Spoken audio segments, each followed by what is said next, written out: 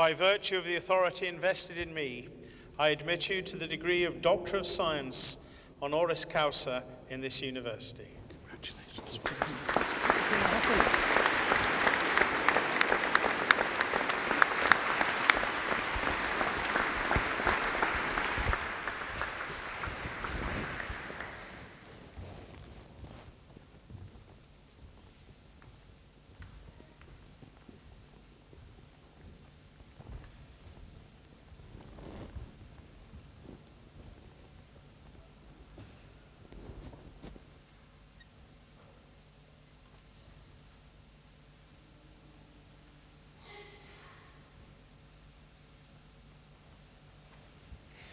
It gives me great pleasure to invite Dr. Tony Robinson to address the congregation.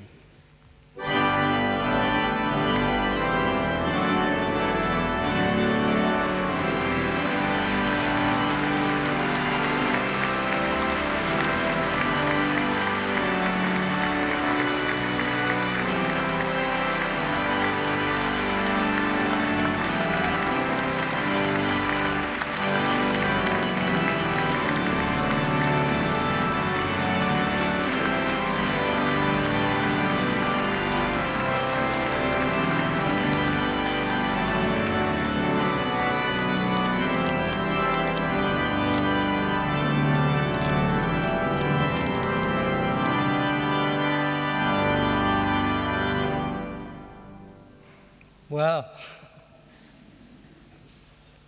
I think it says a great deal about the attitude that the University of Chester has towards education that it should have chosen as its honorary graduate today someone best known for being the stupidest, smelliest, most incompetent, most incontinent little git in the history of human evolution. But I'm not worried about that, because looking round me this afternoon, I can see I'm among my peers. But I do have a guilty secret, one which probably should preclude me from the honor of talking to you this afternoon. My guilty secret is I think knowledge is overrated. I mean, E equals MC squared, so what? Shakespeare's Twelfth Night is based on Farewell to a Military Profession by Barnaby Rich. Who cares?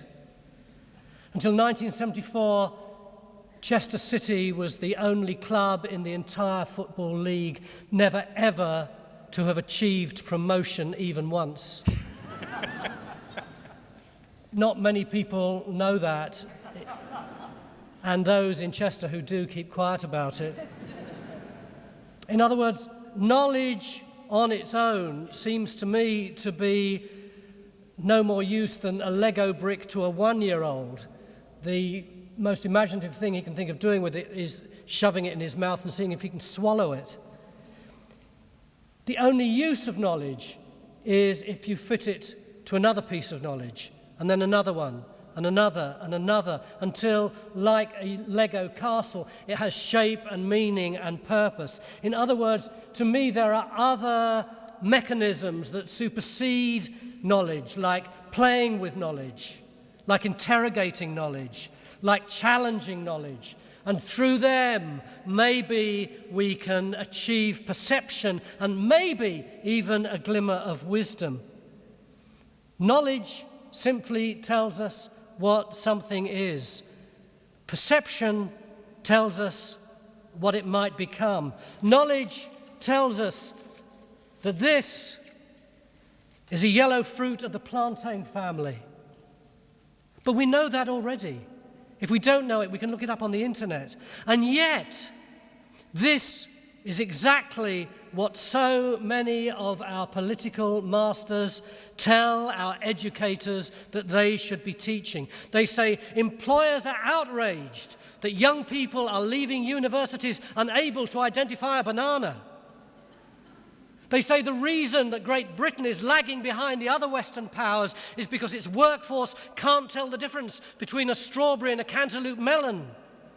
They say, teachers, don't waste your time teaching faddy subjects like music and archaeology and sociology and media studies and geography and environmental scientists. Let's get back to the basics. Let's get back to a fruit-based education system that greengrocers can respect the world over. But they're wrong, because if we are going to allow our teachers to teach perception and hopefully wisdom, then they should be allowed to teach us that this isn't just a yellow fruit of the plantain family. It can also be an art object or a writing implement with its own eraser.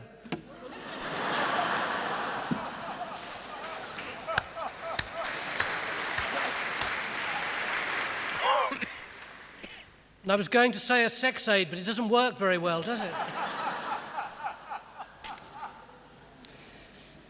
In other words, if you'll forgive my tortuous and probably wholly inappropriate metaphor, we are living in dangerous and challenging times. Sea levels are rising, the banking system has collapsed.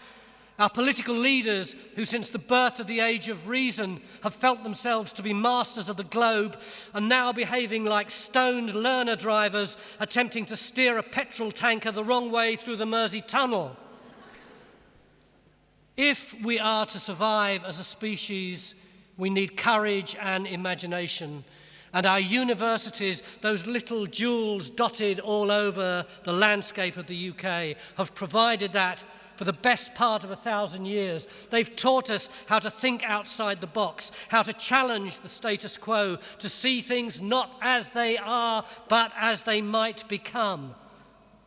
And I believe that now it is vital more than ever that they continue to do so. And in order to do that, they need to be independent, they need to be rigorous, they need to be accessible to all, regardless of how much money that student's mum and dad might have.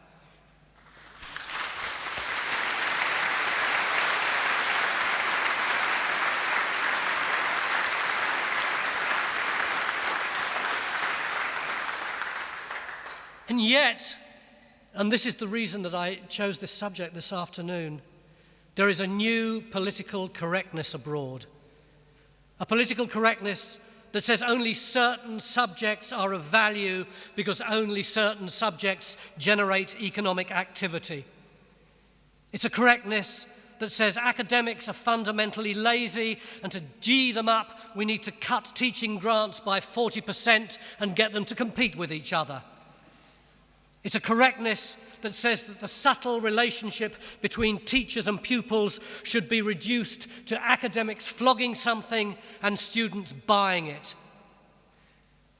And yes, of course, wealth creation is important, as the Vice-Chancellor pointed out.